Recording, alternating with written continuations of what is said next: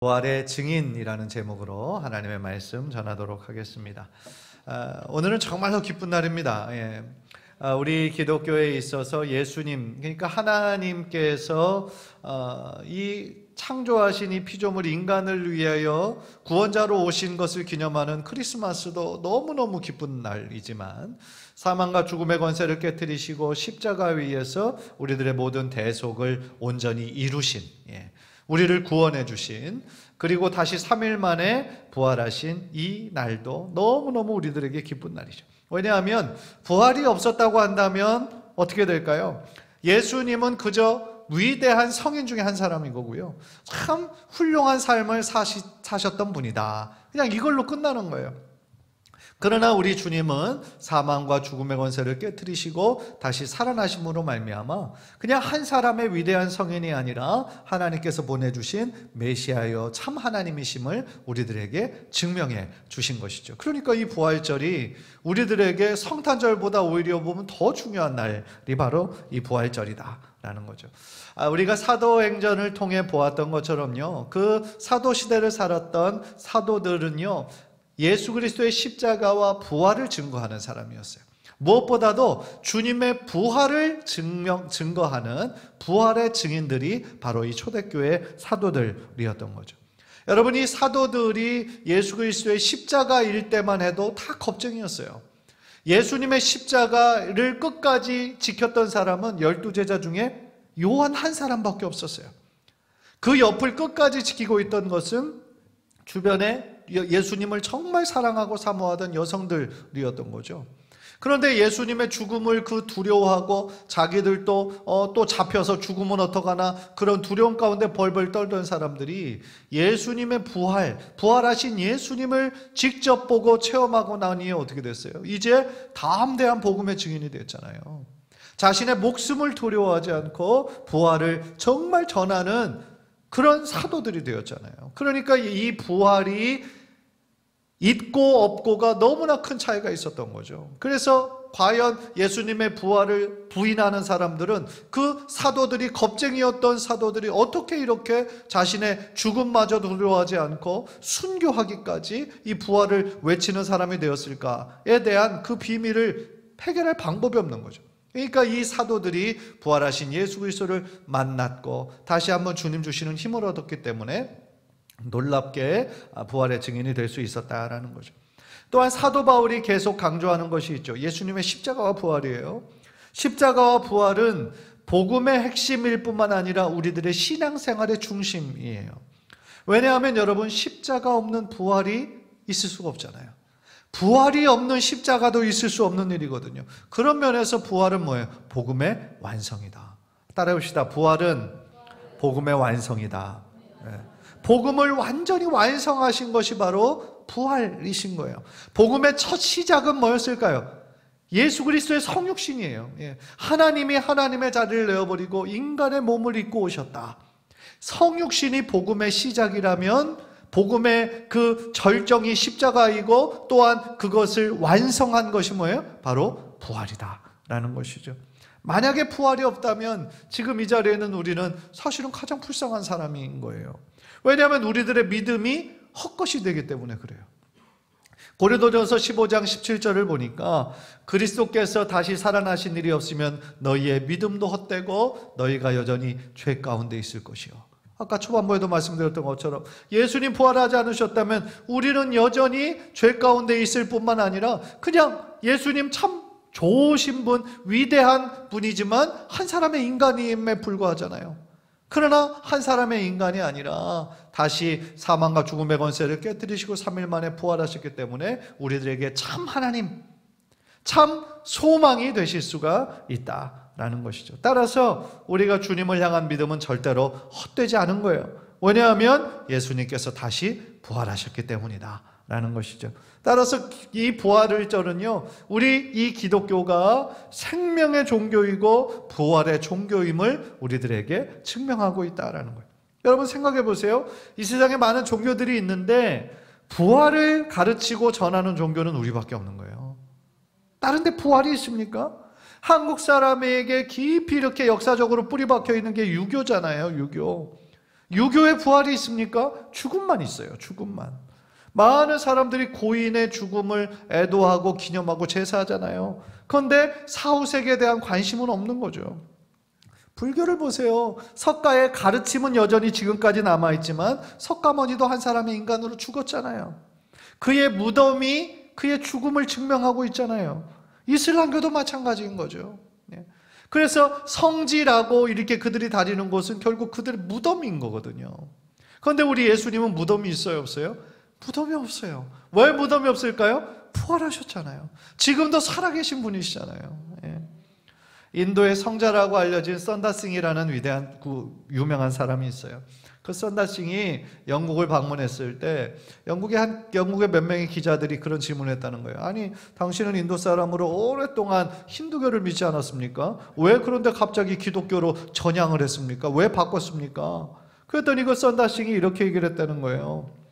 부활하신 예수님이 지금도 살아있기 때문입니다.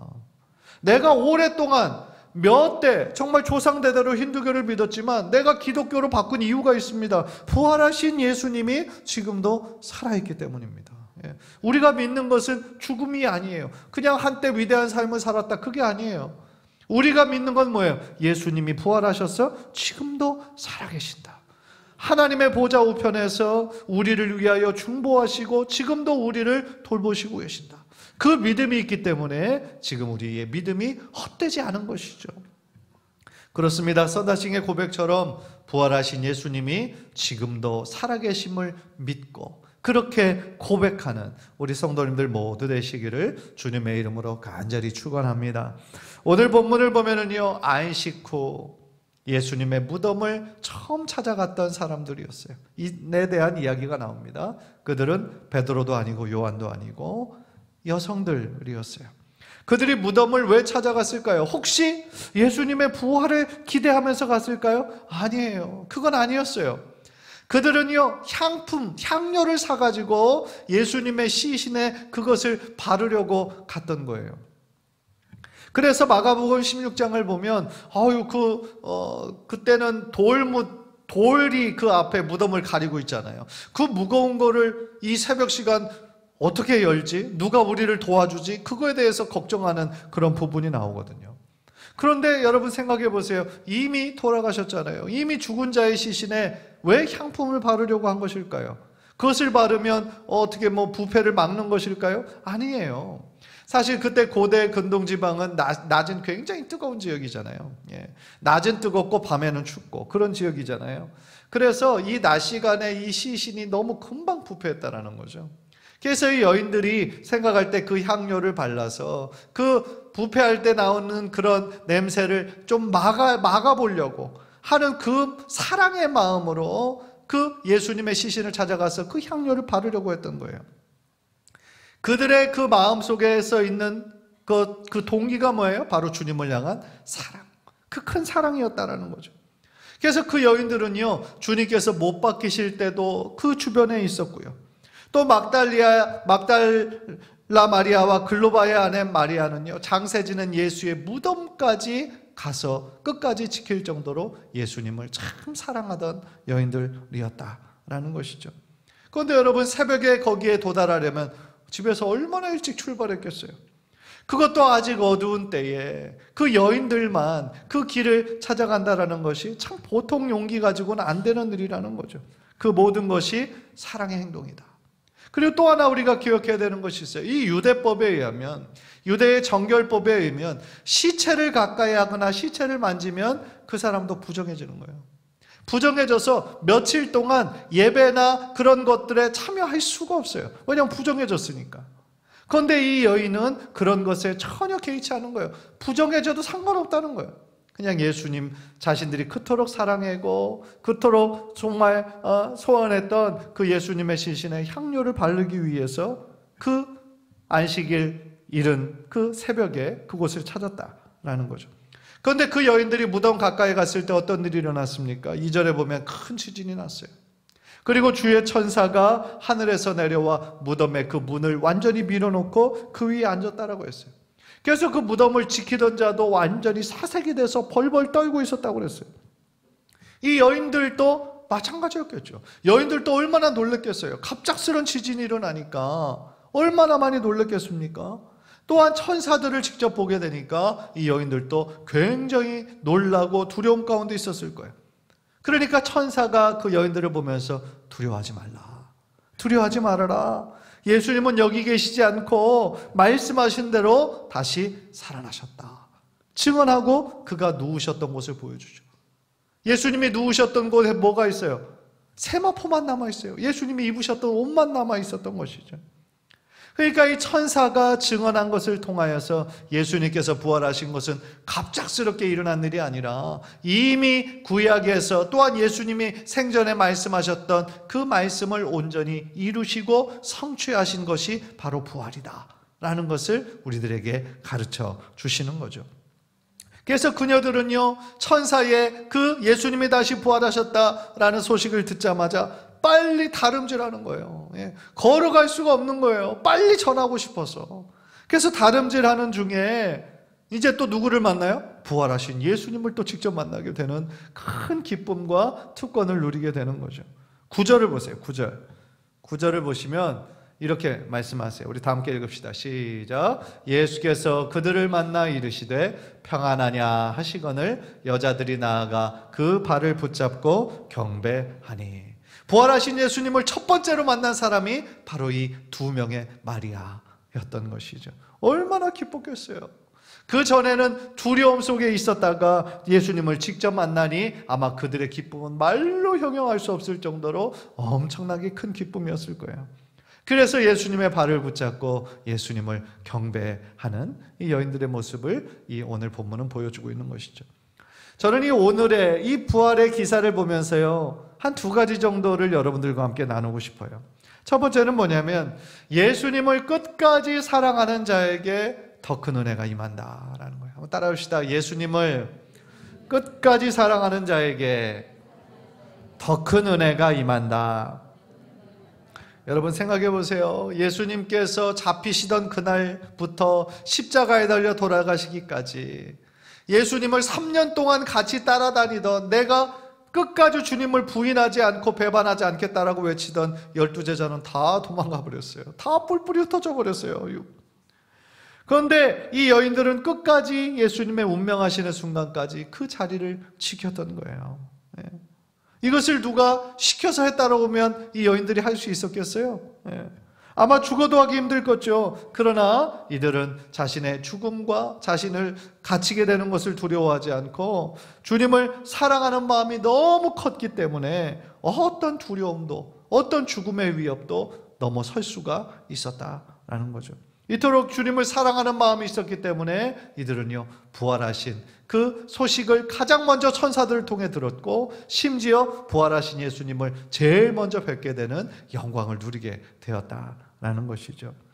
우리가 주님을 변함없이 사랑하고 또 주님께서 우리들에게 원하시는 그 믿음의 길을 우리가 계속하며 따라갈 때 다른 사람들보다 먼저 하나님의 뜻을 깨닫는 놀라운 은혜가 주어진다라는 거예요.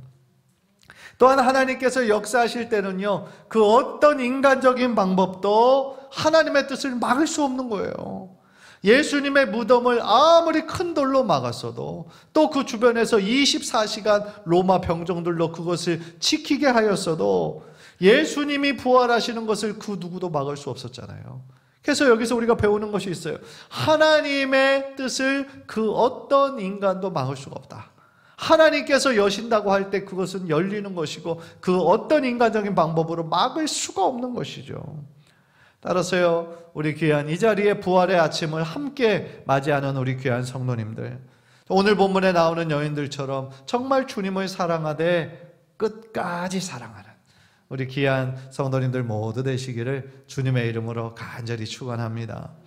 또한 두 번째로 오늘 이 여인들의 기사를 보면서 우리가 느끼는 건 뭐냐면요, 우리도 부활의 기쁨을 나누는 자가 되어야 되겠다라는 거예요. 오늘 본문에 나오는 이 여인들이 천사를 처음 만났을 때 천사들이요, 예수가 부활하셨다라는 소식을 알리라고 이 여성들에게 명령해요. 그리고 부활하신 예수님을 직접 만났을 때도 예수님께서 또 그 여인들에게 부탁하세요. 그 무슨 얘기예요? 이 부활의 소식, 너무나 기쁜 소식이잖아요. 이 부활의 기쁜 소식을 자신들만 알고 자신들만 알고 돼서 끝나는 것이 아니라 아직 그 소식을 모르는 사람들에게 그것을 빨리 알려야 된다라는 거예요. 그래서 그 여인들은요, 그 기쁜 소식을 알리기 위해서 걸어갈 수가 없었던 거예요. 다름질을 하였다라고 나는 거죠. 이것이 하나님의 사명받은 자의 자세라고 저는 생각을 해요. 그런데 여러분, 현재 우리들의 모습은 어떻습니까? 우리는 정말 이 기쁜 부활의 소식을 전하기 위해서 우리는 무엇을 하고 있습니까? 우리는 그저 우리들의 먹고 사는 것에만 너무 거기에만 매여 있어서 먹고 사는 거에는 열심히 뛰고 열심히 달리지만 과연 주님을 위한 일에 우리가 다름질을 하고 있느냐는 거죠. 여러분은 무엇을 위해서 다름질하고 계십니까? 나중에 예수님께서 제자들을 만나셔서 그들에게 부탁하신 것도 결국은 지상대명령 아니었습니까? 모든 민족에게 복음을 전하고 복음을 나누는 삶을 살라는 것이죠. 사랑하는 성도 여러분, 우리 모두가 부활의 증인이에요. 우리들 모두가 부활의 증인입니다. 예수의 증인은 뭐예요? 예수님을 알리는 사람이 바로 예수의 증인인 거예요. 그리고 우리가 그 사명을 이루기 위해 주님께서는 우리를 도우시고 우리와 늘 함께 하시는 주님이심을 믿으시기를 바랍니다. 우리의 힘만으로는 할 수 없죠. 그러나 우리를 도우시는 하나님이 계시기 때문에 우린 다시 한번 용기와 담대함으로 부활의 증인이 되어야 된다는 거예요.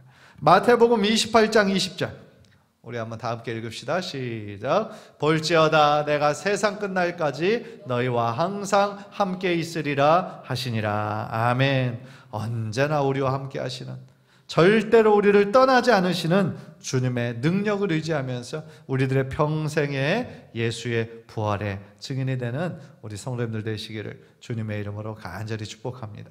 이야기 한 가지만 하고 말씀을 마치려고 하는데요, 제가 몇 년 전에 한 찬양 사역자의 그 간증이 담겨있는 동영상을 보고 참 은혜를 많이 받은 적이 있어요. 그분에게는 딸 하나가 있었는데 8살짜리 오뉴라고 하는 딸이었어요. 그런데 갑작스럽게 이 딸이 희귀성 질병으로 병원에 입원하게 됐어요. 병명도 알 수 없는 굉장히 희귀한 질병이었어요. 그래서 혼수 상태에 빠졌어요, 이 8살짜리 딸아이가.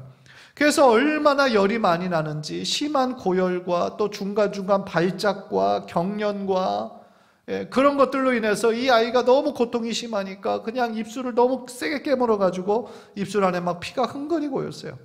그러니까 이 의사들이 여기 입술을 너무 세게 깨무는 것을 막으려고 마우스피스를 입에다 꼈는데 또 그것을 고통이 너무 심하니까 얼마나 세게 그것을 깨물었는지 이빨이 빠졌어요. 이빨이. 그 정도로 이 아이가 너무 큰 고통 가운데 사경을 헤매고 있었던 거예요. 너무너무 답답한 마음에 이 혼수 상태에 계속 빠져 있으니까 어떻게 고쳐야 될지도 모르니까 한 2달 동안 그 병원에서 이 혼수 상태에 빠져서 완전히 헤매고 있었던 거예요. 그러니까 이 아빠 전도사님이 주변의 성도들에게 그 기도 제목을 알리고 정말 바로 그 딸의 병상 옆에서 정말 열심히 기도하면서 또 자신의 그 삶을 뒤돌아보면서 회개하고 하나님께서 정말 제발 이 딸을 고쳐주시기로 간절한 마음으로 기도 당연히 했겠죠. 그런데 2달 만에 기적이 일어난 거예요. 혼수 상태 속에 있던 이 딸, 8살짜리 딸아이가 그 혼수 상태에서 깨어난 거예요. 깨어나서 제일 첫 번째로 외치는 말이 뭐였냐면 예수님이라는 말이었어요. 예수님 하면서 이 딸 8살짜리 딸아이가 막 울음을 터뜨린 거예요. 예수님 하면서. 그런데 그때부터 이 온유가 빠르게 회복되기 시작한 거예요. 이 딸이 빠르게 회복되기 시작하면서 그토록 꿈에 그리던 부활절 예배에 참여하게 된 거예요. 이 딸과 이 부모가. 그 동영상을 보면서 참 마음에 은혜가 되더라고요. 그 부활절 예배를 이 딸과 그 부모는 잊지를 못하겠죠. 그 부활절 예배, 정말 바로 2달 전까지만 해도 사망의 골짜기를 막 지나면서 의사들도 병명도 알 수 없는 희귀성 질병으로 인해서 고통받고 있던 이 딸이 갑자기 혼수 상태에서 깨어나 예수님을 외치며, 무슨 얘기예요? 혼수 상태에 있을 때 주님을 만난 거죠. 주님을 만나고 그 주님의 사랑을 다시 한번 확인하게 된 거죠. 그러면서 빠른 속도로 회복되어 그 부활절 예배를 온 가족이 같이 드렸다고 하니까 그 해 드렸던 그 부활절 예배가 그들에게는 그 어떤 해보다도 다른 특별한 기쁨이 있는 부활절의 예배가 될 수 있었다라는 것이죠. 이것이 사실 부활의 능력 아니겠습니까? 그것이 부활의 능력이고 부활의 생명이다라는 것이죠. 요즘 봄 기운이 완연합니다. 봄이라는 계절은요, 참 부활의 그 의미와 너무나 비슷한 그런 계절이 바로 봄이라는 계절이라고 생각을 해요. 죽어 있었던 것 같은 대지에 새로운 생명들이 올라오고 아름다운 색깔의 꽃들이 곳곳에 피어서 장관을 이루고 있잖아요. 참으로 아름다운 거죠. 생명의 신비인 거죠. 아무리 어둠이 깊고 길어도 아침은 반드시 찾아오는 거예요. 그죠? 아침은 반드시 찾아오거든요. 겨울이 아무리 춥고 길어도 온 대지를 완전히 꽁꽁 얼려버린 것 같아도 사실은 봄의 새로운 생명의 기운은 그 얼어버렸던 땅에서 새로운 싹들이 막 올라오기 시작하는 거잖아요. 그게 뭐예요? 생명력인 거죠. 생명력. 부활의 신비도 비슷한 거예요. 많은 사람은요, 당시에 많은 사람들이 예수의 죽음으로 이제 예수는 끝났다 라고 생각을 했겠죠. 많은 사람들이 생각할 때 그것은 막다른 골목이었고 절망이었죠. 그러나 예수님의 그 부활은 사망과 죽음의 권세를 깨트리신 것이죠. 그리고 부활하셔서 우리 모든 믿는 자들의 부활의 첫 열매가 되셨다. 부활의 첫 열매가 되셨다는 건 뭐예요? 우리들의 육체적인 죽음으로 끝나는 것이 아니라 주님 부활하신 것처럼 우리도 다시 부활하는 거잖아요. 그 부활의 소망이 되어주시고 부활의 첫 열매로 바로 예수님이 그렇게 되어주셨다. 그러니까 주님께서 부활하신 것을 믿는 그 믿음으로 우리도 부활의 소망을 품고 나아가는 저와 여러분이 되시기를 주님의 이름으로 간절히 축원합니다. 따라서 오늘도 이 말씀을 통해 오늘만 예수님의 부활을 기뻐하는 것이 아니라 우리들의 신앙생활의 가장 핵심이 되는 이 십자가와 부활을 붙잡고 우리들의 평생의 부활의 증인이 되는 저와 여러분 되시기를 주님의 이름으로 간절히 축원합니다. 기도하겠습니다.